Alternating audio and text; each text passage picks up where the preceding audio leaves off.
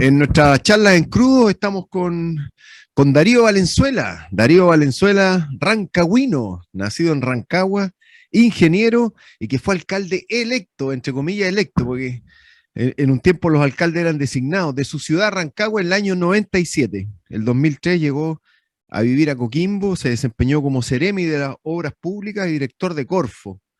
Darío también se ha desenvuelto en el ámbito privado y actualmente está en el Servicio de Salud Coquimbo. ¿Cómo estás, Darío? Muy bien, Guillermo Vargas Virgilio, muchas gracias por la invitación. Oye, yo quiero que hablemos, no, gracias a ti por aceptar, yo quiero que hablemos de este libro, Éjole, ¿sí? me parece muy bien. Que salió en abril de este año, en abril 2022, y que tuve la suerte de recibir en abril como un obsequio tuyo. Cuéntame a grosso modo lo que es el libro y después entramos ya al detalle. Sí, bueno, el libro es una segunda experiencia que he tenido. La primera fue un libro hace tiempo que hice, se llama Los municipios en la horca, que todavía está vigente, tiene un grado de vigencia. Bueno, este libro es una novela que lo que busca es recordar los tiempos de los años 70, mediados de los 70, en que como muchas familias rancagüinas, nos íbamos en esa época al balneario de Pichilemu, que era un balneario que no tenía tablas de surf ni nada de lo que hay hoy día, ¿no es cierto? Porque esto ya fue hace un tiempo atrás, pero es la vida de una familia, como muchas rancagüinas, que viajaban en tren desde Rancagua a San Fernando y después tomaban el segundo tren de San Fernando por todo lo que es Colchagua y Cardenal Caro hasta llegar a Pichilemu. Y teníamos la suerte de ir todo el verano, desde diciembre hasta febrero, y por tanto hacíamos muchas cosas en los veranos. Y en un contexto de familia tenientina, porque mi papá trabajaba ahí, en los patios de la maestranza de talleres de Codelco o del teniente en Rancagua, como buen trabajador, y entre varios viejos se compraron un terrenito ahí que hoy día está con una ubicación fenomenal, al lado del Parque Ross, del casino, el Hotel Ross, en fin. Y bueno, y hacíamos muchas cosas entretenidas en los tiempos mozos. Estamos hablando del contexto de los 70, muchas de los tiempos de música libre, se veía mucho el hipismo, Sí. tiempo en que estaba empezando después del golpe las restricciones fuertes desde el punto de vista de las libertades, y en el verano, entonces, bueno, hacíamos muchas cosas a pie, de ese Pichilemu a pie. Entonces, el Mm. rescate del libro es una novela, porque hay cosas reales, cosas inventadas, por supuesto, y es de dos jóvenes, de 13 y 14 años respectivamente.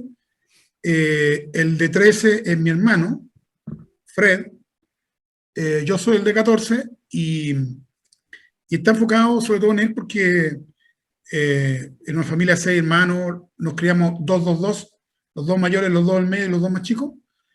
6 años de Disculpa, edad, esa, ustedes son, Darío, tú y Fred son los del medio, no, los dos más grandes, los dos o sea, los mayores. dos mayores, por decirlo, no más grandes.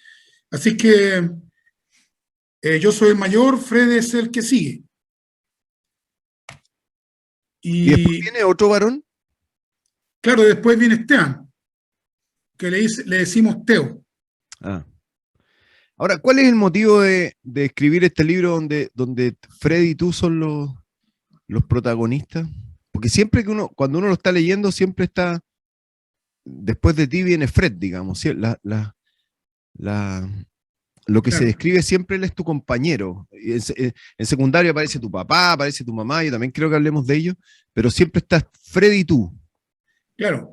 Bueno, yo creo que Fred en la infancia y en la pubertad fuimos compañeros de viaje, y eso rescata mucho los valores que hay ahí detrás, en el sentido de en la infancia, pubertad, hacia la adolescencia. eh, Tuvimos la suerte, tenemos 11 meses de diferencia de edad, y de mucho la suerte de compartir hartos, cosas muy pequeñas, pero con muchos tiempos juntos. Entonces, de hecho, estudiamos juntos en la universidad, allá en la Universidad Católica del Paraíso, después, en fin. Y bueno, y me conmemoró esos tiempos, como te digo, es una novela porque hay recreaciones, hay invenciones, por supuesto, también. Bueno, y muchos personajes que leen el libro se dan cuenta de que están ahí, son parte de esa historia, y, pero es más que nada el rescate. Ahora, es una rememoranza también, porque hoy día Fred está pasando por algunas situaciones difíciles, lo echo de menos y que creo que fue un accidente en su vida, él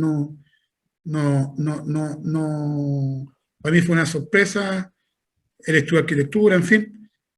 Bueno, y por cosas de la vida, cosas del azar, o no sé, cosas que ocurren en la vida, ha tenido un destino difícil y creo que eso para mí ha sido muy doloroso y eso me motivó, me gatilló un poco a escribir. Y ha sido una forma también de que él lo lea y se recuerde de esos tiempos inocentes, de esos tiempos eh, de búsqueda, de vida en familia, de amor, de cariño, pero también de búsqueda como joven que está recién empezando la vida y que está en una constante búsqueda. Creo que por ahí va el rescate. ¿Me contáis un poco qué pasó cuando Fred leyó el libro?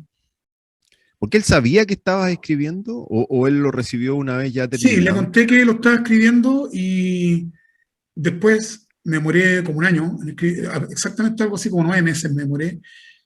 Fue todo el año pasado y le fui contando. De repente, cuando lo iba a ver, le leía capítulos o escenas de capítulos y nos íbamos acordando. Sí, se acordaba perfectamente.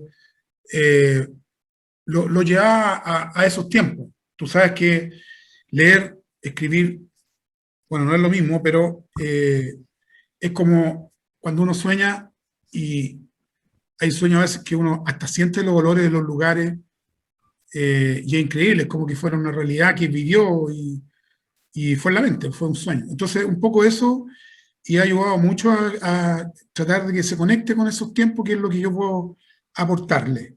¿Y tenía recuerdos él de esos capítulos que tú describes? Sí, por ejemplo, la escena, me acuerdo automáticamente, le decía, oye, Fred, ¿cómo se llama la gitana, esa gitana del bosque Los que te Nicolich. gustaba? Claro, de los Nicolich. Sí. Entonces, que yo obviamente le cambié el nombre para proteger a los inocentes, como digo, ¿no? Entonces me dijo al tiro el nombre. Ah, ya, qué bien, buena. Y leímos el capítulo, sí, y me decía, no, pero ahí te equivocaste porque lo que pasó es tal cosa. Entonces, eh, fue, fue en el sentido motivante. Sí. Oye, ahí Eh, describe lo que es típico en los gitanos. Uno entra y está la carpa y la carpa no le falta la alfombra. no, claro, los gitanos como a vieja usanza, cuando se veía mucho, hoy día los gitanos vivían hasta en casa o en departamento, pero en esos tiempos se usaba mucho más que ahora la carpa famosa, que la paraban ahí en cualquier sitioriazo y con esos como grandes colchones, como una especie de sofás gigantescos, pero que eran como que fueran gigantescos colchones de pluma, qué sé yo, pero con unas alfombras muy famosas, muy de la época como de, ¿no es cierto?, de la Europa del Este, típico de esa zona. Sí, oye, entendiendo que, bueno, Freddy y tú son los protagonistas que se confunden. Tú dormías arriba, él dormía abajo en el camarote. Pero Sí, el protagonista es un niño de 14 años, que el escritor, el autor, y de hecho tú en el libro, cuando me lo regalaste, me escribiste, me dijiste que era de parte de un joven de 14 años. Y han pasado más de 45, ¿no? Todavía no llegamos a los 50, pero estamos entre 45 y 50, parece que por ahí como 47 años, claro. una cosa así. ¿Qué es lo que hay Sí, qué se ha mantenido y qué ha cambiado entre el Darío de los 14 y el Darío de hoy día? bueno, uno, tú sabes, como cualquier vida de cualquier ser humano, ha, han pasado muchas cosas, episodios. eh, a mí me han, a mí me han pasado cosas buenas y malas como a cualquier ser humano. Y de lo bueno, hasta el día de hoy, conocí ponte tú, a mi esposa cuando yo tenía 20 años y estoy con ella hasta el día de hoy. Me ha aguantado, imagínate la cantidad de años. Tuvimos los 4 hijos. eh, Estamos a puerta de ser abuelos, si os quiere, en una semana más. Ahí estamos, 1 o 2 semanas más. En fin, han sido puras bendiciones, como se dice. Yo creo que eh, tenemos ya prácticamente la tarea lista, los dos más grandes trabajando, el tercero está haciendo la práctica, el menor le quedan 3 años todavía, nos queda un poquito de tarea. Que es la motivación de cualquier padre y madre de familia, trabajar por sus hijos, dejarle la educación para lo que no tenemos grande herencia ni nada por el estilo, clase media. Y en eso estamos, así que más que feliz. O sea, yo he tenido la enorme suerte de tener a mi esposa. Y como te digo, bueno, y muchas cosas que han pasado. Eh, Tuve la suerte de estudiar en Valparaíso en la época universitaria. Después viví un tiempo en mi ciudad natal, después que me elegí de Valparaíso, porque en Rancagua nunca hubo universidad. En esos tiempos los rancagüinos o te ibas a Talca, o te ibas a Valparaíso, o te ibas a Santiago. Santiago. Claro, porque nunca hubo universidad hasta la universidad que se creó hace como 6 años. Así que, bueno, el asunto es que vivimos en Santiago, después por temas laborales, por supuesto, siempre por temas laborales. Y bueno, casuísticamente me pasó eso de ser alcalde de la ciudad. Yo nunca me propuse ser alcalde, fue una cosa totalmente circunstancial. Fue épico, bonito, en tu ciudad natal, gente que tú conoces, naciste y te criaste, en espacios comunes, lugares comunes, pero después vino un periodo que a mí me ha tocado vivir la política, es muy ingrata, no, creo que la política es necesaria, es bueno que haya personas en la política, pero yo no he tenido buena experiencia al respecto. Y me vine a La Serena por un diario en esa época, cuando uno, no sé si te acuerdas, buscaba trabajo, compraba el Mercurio, el cuerpo E Sí. y el D. Lo abría y buscaba ahí pega. Pues. Y un día me acuerdo que era diciembre del 2002, sale un concurso público publicado, Ceremi de Obras Públicas, Gobierno Regional de Coquimbo, qué sé yo. Entonces, mira, y lo comento con mi señora, bueno, pero para hacer corta la historia, eh, gracias a eso llegamos acá, llegué yo trabajando, estuve solo 2 años, después se vino mi señora con los 3 más chicos, porque el mayor ya había entrado a la Universidad Católica a estudiar arquitectura, y bueno, y ahí nos vinimos los 5 para acá, el Nicolás quedó estudiando en Santiago. Así que eso un poco, y bueno, y en lo personal, cuando yo era alcalde, fíjate, eh, eh, bueno, me voy a alargar mucho si te cuento cosas así al azar. Sí, volviendo un poco, yo lo que quería era, al tratar de linkear, al tratar de encadenar al protagonista de 14 años, es porque quiero marcar algo que no me parece menor, porque el, el, lo que vive, lo que describe la persona de 14 años es un tiempo que no solo se fue que no solo se fue con los años, digamos, sino que además se fue, ya, esos tiempos ya no vuelven. No vuelven porque las costumbres hoy día son distintas. Yo subrayé algunas cosas. Tú dijiste, el viaje era en tren. Ustedes vieron una experiencia de una compra de terrenos en conjunto, algo que hoy día es casi impensado, donde reina el individualismo, por ejemplo. Las patotas de los amigos, tú escribes varias patotas de amigos y uno dice, bueno, ¿dónde está el celular? Y no hay celular, los celulares no existían, en el año 75 no había celulares. Hay otro capítulo donde tú te dejas de ver con alguien y no lo ves nunca más. No había otra forma el movilizarse, los viajes eran tan complejos. Yo te quiero hay una página donde dice, y algo que también me pareció muy lindo, que es esos encuentros en el cine. El cine era uno de los pocos lugares donde uno podía estar en oscuridad con la polola, con la persona que uno quería. Dice, y el cine estaba casi lleno. Etelka me dijo que nos corriéramos un asiento. Vinca se sentó al lado de Fred, aparece nuevamente Fred, nos corrimos. Y, comillas, ella se sentó a mi lado. Me sentía con una explosión de felicidad. Al sentarse, le dije que pensé que ya no alcanzaba a llegar. Me dijo, nos miramos y nos sonreímos, y se apagaron las luces. Claro. Sí, pues mira, fíjate que cuando lancé el libro en Pichilemu, ese día 11 de agosto de este año, eh, anda por ahí en redes sociales el video, le comentaba a la gente, porque a todos había personajes ahí, está el Lucho Pérez, por ejemplo, que era un salvavidas. Bueno, y fueron como más de 30 personas para recordar un poco de esos tiempos. Entonces yo le decía, ¿se acuerdan del cine? Y cuando estábamos, porque había una cartelera, era un matrimonio de Santiago, que iban a Pichilemu Sí. y traían las primicias. No eran de Pichilemu ellos. Y trabajaban ellos, dices tú. Claro, eran los dueños de un hotel que está ahí y al lado tenían el cine. O sea, imagínate que si tú tenías un cierto nivel de plata, ¿no es cierto? Construiste un hotel, te compraste un terreno, construiste un hotel e instalaste con tu plata un cine. Podría ser un restaurante, cualquier otra cosa, pero no, tenía que ser un cine. O sea, Sí. ellos eran cinéfilos totales. Y él, tal como lo escribo ahí, el marido o ella, uno era el boletero y otro el otro el que controlaba la puerta. Entonces entrábamos y a la espalda estaba la pantalla, que era un muro grande, gigantesco, alto, y uno empezaba a subir por cualquiera de los dos lados.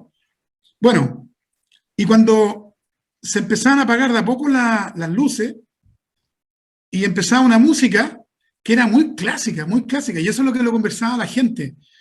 Y la música era así, era un tema así como tarara, chuararara, chuararara, tararán, chuarararán. Era un tema clásico, no sabría decirte quién es. Y entonces sabíamos que iba a empezar la película. Entonces algunos se apuraban de ir a comprar las cabritas, qué sé yo. Entonces, O si y se llegabas apagaban las atrasado, luces y empezaba la película. Entonces, te tenían que quedar con una linterna del acomodador. claro, todas esas cosas, le hay una monedita, una propina, en fin. Oye, Lindo recuerdo. sí, hay otro aspecto que yo también destaco, que es la manera de rescatar los recuerdos, porque hoy día todo el mundo tiene cámara bueno, todo el mundo tiene celular, tiene una cámara fotográfica. Tú cualquier momento, cualquier instancia la podés retratar, te podés cansar de retratarla.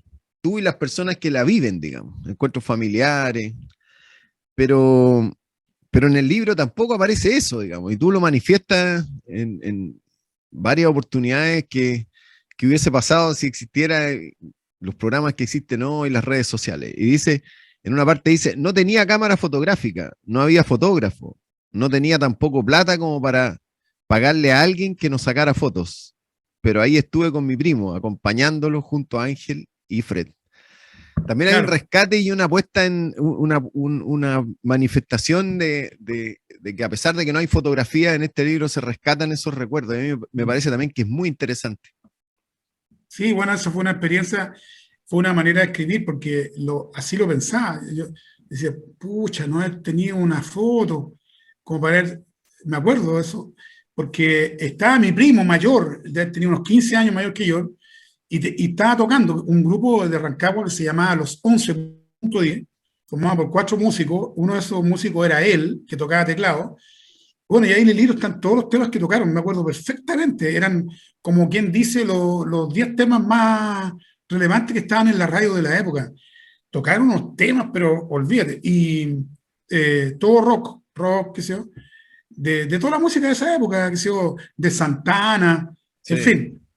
Así que orgulloso, pues, y fue un momento indescriptible. Yo creo que ni siquiera el Cookie se acuerda tanto y la importancia que yo le di a esos momentos, obviamente, porque la percepción es selectiva, la tiene cada uno, pero da cuenta bueno, y eso hizo que yo siempre me gustara tanto la música, tuviera buen oído, porque escuchaba a mi primo ensayar en la casa con los amigos. Oye, Darío, otro pasaje que encontré brillante, dice, es muy breve, ¿ah? Dice, refrigerador Fensa con manjar hecho en tarro de leche condensada. Maravilloso. Sí, pues los famosos manjares que me acuerdo cuando quedaban no tan cocidos, Te quedaban más pasaste, claritos. sí, Y cuando quedaban súper cocidos, quedaban con un café oscuro, ¿no? sí, El famoso manjar, que se hacía con tarros de leche Nestlé, con leche sí, condensada, perdón. Y que, exacto. claro, se metían a la olla, a un baño María, en el fondo, o sea, claro, ahí mismo, y con la misma, bueno, así que mi mamá metía, que sé yo, 4 tarros, me acuerdo que le caía en la olla, los metía, y eso duraban súper poco, porque éramos súper dulceros. Oye, Darío, me contáis, porque los personajes, inmediatamente después de Freddy y tú, aparecen tus papás. Tu santa madre, que creo que cada vez que la nombraste le pusiste antes el adjetivo de santa madre. Y a tu padre, Sí, que algunas veces le pusiste santo padre y otras lo trataste como papá. claro. La buena, No, las características de buena cocinera de tu madre, de tu vieja, y este claro, espíritu de explorador y de pescador de tu padre. Cuéntame. sí. Bueno, mi papá era scout cuando chico, él era de Subel, de esta Patrimonio de la Humanidad, ¿cierto? Hace tiempo la UNESCO, el campamento Subel Minero, que está a 60 kilómetros al interior de la cordillera en Rancagua, y por tanto tenía todo ese espíritu de los scouts, de salir, de conocer, conocer la naturaleza, mente sana, cuerpo sano, hacer deporte, en fin. Pero esa gracia, fíjate, de mi papá, que en paz descanse, murió en el año 2009, eh, nos sacaba a las 5:30 de la mañana a caminar y echábamos la respectiva garabato, pucha, la hora no tal, pero después fuimos eternos agradecidos de que nos haya levantado a esa hora para hacer sendos caminatas, paseos por todas partes, o cuando nos llevaba a pescar, nos Oye, llevaba a pescar la con... mitad del libro estáis caminando. Caminatas de 1 hora y media, 2 horas. No, si, olvídate, si caminábamos mucho, si, era espectacular a todas partes. Y mi mamá preocupaba ahí los quehaceres, la comida, iba a comprar, agarraba sus bolsas de malla, hacía los pancitos y siempre preocupaba el detalle, que los niños no vayan a pasar hambre. Entonces, obviamente, yo creo que cualquier hijo tiene a su mamá como santa porque las madres nos tuvieron, sufrieron con nosotros al nacer, nos tuvieron y la cercanía enorme. Entonces, yo tengo la suerte, afortunadamente, de tener la vida de mi mamá y ella leyó el libro, ¿eh? Leyó el libro y está fascinada y me cuenta, hay unas tallas por ahí, unas cosas chistosas, como cuando se fue caminando 5 kilómetros desde nuestra casa en Pichilemu al sur, a Punta de Lobo, con su huesillo, porque con su olla con huesillo, Sí. Cuéntala, cuéntala, porque es muy buena. y 5 kilómetros por la playa, y aparte andaba, bueno, y nosotros también con otras cosas, y llegábamos, listo, y lo primero que hace es colocar la olla ahí al lado del mar para que se enfriara, porque venía todavía tibia, po, venía media tibia, entonces los huesillos se comen heladito, entonces había que comérselo así, con el mote que había hecho todo. Así que, y ahí, bueno, yo estaba con unas amigas que conocimos, y de repente veo que mi mamá estaba prácticamente llevándosela el mar a ella. Y voy corriendo a ver qué le estaba pasando, y estaba rabiando porque la olla se había ido, el mar se la había llevado. Entonces, varias amigas, personas de edad, incluso la han leído y se matan de la risa. Cosas que Oye, y la corvina que pasan. pescan, que pescáis tú, ¿no? Y después vas con Fred, Sí, te sube, y la corvina era tan grande, era más alta, tenía más longitud que ustedes y se iba arrastrando en claro, el camino hasta que pillan la sí, micro. claro. Bueno, como yo digo en el prólogo del autor, lo único verdadero son las corvinas. Pero fue una corvina de 16 kilos, Guillermo, de verdad, 16 kilos. O sea, fue tan grande que al verla, yo mismo quedé sorprendido. Bueno, me regaló el dedo, en fin, me costó, ya tenía experiencia, afortunadamente, esa corvina la saqué con experiencia ese mismo año, un par de años que había tenido de pesca de corvina. Era con rodela de madera, con nylon antiguo del 04 y con chispa. Entonces uno le daba la vuelta con una mano aquí y le daba vuelta y la tiraba, ¿no? Sí. Y bueno, era cabro joven, tenía buen estado físico, la tiraba lejos, como 100 metros, pero tuve esa suerte de sacar 16 corvinas en un día, 5 de la mañana y 6 de la tarde, o al revés, no me acuerdo bien, nos llamamos cómo llegaron las Corvinas, y afortunadamente llegó mi papá, bueno, fuimos con mi papá los tres, con Fred, llegó mi mamá después, y ahí nos ingeniamos, y después vendieron ellos las Corvinas, yo me desentendí. Pero ese Ahora, día, no, otro día, que saqué contigo esa Corvina 16, fue una cuestión, pero increíble, no, nunca lo pude creer cómo fue. Entonces le colocamos un palo por la galla y por la boca para llevarlo, los dos con un palo atravesado aquí en el hombro, y la cola tocaba el suelo, con eso te lo digo todo, no, y de después verdad. contáis que adentro la liebre, porque dices que era una micro Sí, chica, te la querían comprar los pasajeros. claro, ¿no? Pues entonces en esa época eran de liebre. Los que no se acuerdan de las liebres eran micros chicas, que tenían, no sé, han tenido 12 pasajeros. Y entonces tú tenías que estar medio agachado, porque los que eran un poquito más grandes, en fin, y te sentabas ahí. Y claro, y cuando nos ven entrar con la media corvina, te han dicho: "Oye, estos cabros, ¿de dónde vienen?". Casi que nos miran como extraterrestres.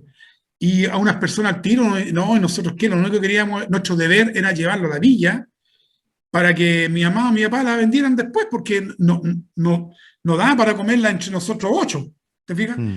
Así que se partió en dos, mi mamá le sacó los huevos, hacía unas tortillas de huevo de Corvina, ¿para qué te digo? Con poretitos verdes, delicioso, y la otra parte la vendieron. Era enorme, era una cosa casi como la mitad de un cuerpo humano, así era increíble. Oye, por ahí hablas de la paila española. La famosa paila española, la bandera española, Ah, eso. claro, ¿Qué es porque qué es lo que es eso? Porque yo soy un ignorante en relación a eso. claro, es que se usaba mucho en la paella porque era relativamente fácil hacerlo. Tú era en la sartén, le echabas tomatito con aceitito, salsita, orégano, tomatito picadito. Después que tenía cierta, ¿no es cierto?, ya calefacción, cierto cocimiento, le echabas los huevitos y se revolvía. Entonces te quedaba rojo con amarillo, por eso lo pusimos bandera española. Me imagino que llegando de la playa, cabros Con jóvenes, pancito masado. te daban ganas de comerte hasta la sartén. Oh, pero olvídate, delicioso. Y eso es lo que pasaba. Entonces, y era una cabañita, era una media agua, Guillermo, era una media agua de madera, media agua, o sea, un solo techo inclinado por un lado. Mm. Y describo, hay una parte que escribo, trato de escribir lo más posible la pieza. Ahí vivíamos los 8, ¿Qué es lo que en 2 camarotes, sería como un y condominio, sí? Porque fue un grupo de personas que compraron compañeros claro, de un trabajo. terreno, y que cada uno fue construyendo su habitación, pero su casita, pero mi papá fue el primero en construirla. Antes que salieran 2 modelos de casas que diseñaron entre los viejos. Pero él construyó su media agua primero porque necesitaba partir. Se Mm. construyó una media agua, como te digo, que era como de 6 metros de largo y 3 de ancho. Tal vez estoy poniendo mucho con 3 metros 50, por haber sido, o 4, tal vez. Y había un lado el baño y otro lado la cocina, comedor. Era humilde, pero por Dios que lo pasábamos bien, éramos felices, eh, salíamos a todas partes, no teníamos plata, Guillermo, pero eh, íbamos a los juegos para ganar plata y con eso teníamos plata para andar a caballo o andar en bote. Sí, yo creo que es un tremendo ejercicio de rescatar de rescatar recuerdos. Dice fin de la historia. En- Al final, digamos. Mi pregunta ¿es realmente el fin de la historia o estás pensando en, No, en seguir es que rescatando recuerdos a través de la sí, escritura? de hecho estoy escribiendo, pero acuérdate que la primera parte dice parte uno cuando parte. Así que estoy ya escribiendo la parte 2 porque hay muchas cosas que no están contadas y que también vale la pena rescatar. Entre otras, bueno, las primeras 20 páginas, tú te diste cuenta, están dedicadas al viaje, que es un viaje espectacular en tren, maravilloso. Es que es indescriptible cuando uno, después sobre todo en la bajada, en la bajada a la cuesta, después de pasar los 3 túneles, el tren ya rápido, pegaba sus venías para todos lados y con las curvas, y sentía el aire fresco, el aroma, sentía el aire, el viento en la playa, el aire pichilemino, y llegaba después, ya más lento, pasaba Puente Negro y llegaba ahí a la estación, al lago, entraba a la estación y al lado derecho estaba la Laguna Petrel, que existe hasta el día de hoy. Hoy día lamentablemente ya no está la línea del tren, no hay nada. pero hay muchas cosas que rescatar ahí todavía. O sea, en el fondo un aporte al rescate de Pichilemu, pero también al Pichilemu antiguo. Hay muchas cosas que hay que rescatar. Yo creo que unas cosas que hay que hacer es rescatar el tren, definitivamente. Hay que darle esa posibilidad a las nuevas generaciones. En Chile se desmantelaron los trenes después por muchos años. Sin ir más lejos, el Quino, después del accidente que hubo allá en Vicuña, pero es parte de lo onírico de los pueblos, diría yo, los trenes. Son, Ahora, el, son parte de, el ramal, este ramal que usaban ustedes, ¿también lo desmantelaron? claro, fue desmantelado cuando uno llega al otro lado, 30 kilómetros al otro lado, en la parte secana, por el lado interior de la plataforma continental, ya no existe. Entonces, todas estas estaciones que están descritas, que existen todavía, queda solamente la faja de tierra, pero levantaron los rieles, sellaron todo. Entonces, es un temazo que da mucha pena.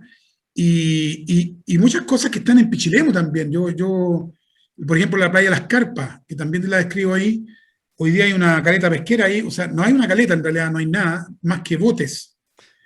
Y esa era la zona mejor para bañarse de Pichilemu, y siempre lo fue. Hasta el día de hoy las corrientes no han cambiado mucho.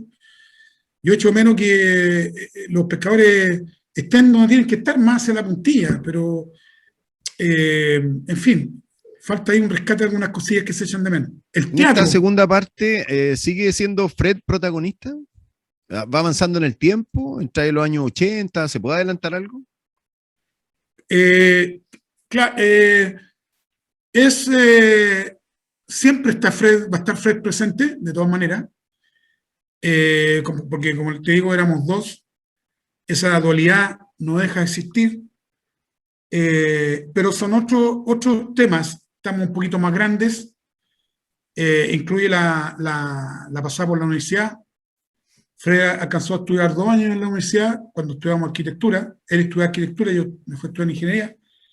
Es un poco ese periodo, ya más joven, y que también íbamos a Pichilemu y se mezcla con circunstancias más a esa época, o sea, ya un joven de 18 a 20 años, de los 16 a los 20, es el relato que viene Pero siempre con y el... que rescata, bueno, cosas que te puedo decir que le faltan relato todavía a esos tiempos, digamos, que tienen que ver cosas que le han pasado a personas, cómo han ido cambiando los paisajes, los contextos de la ciudad, etc. Pero va rescatando siempre la oralidad, entonces.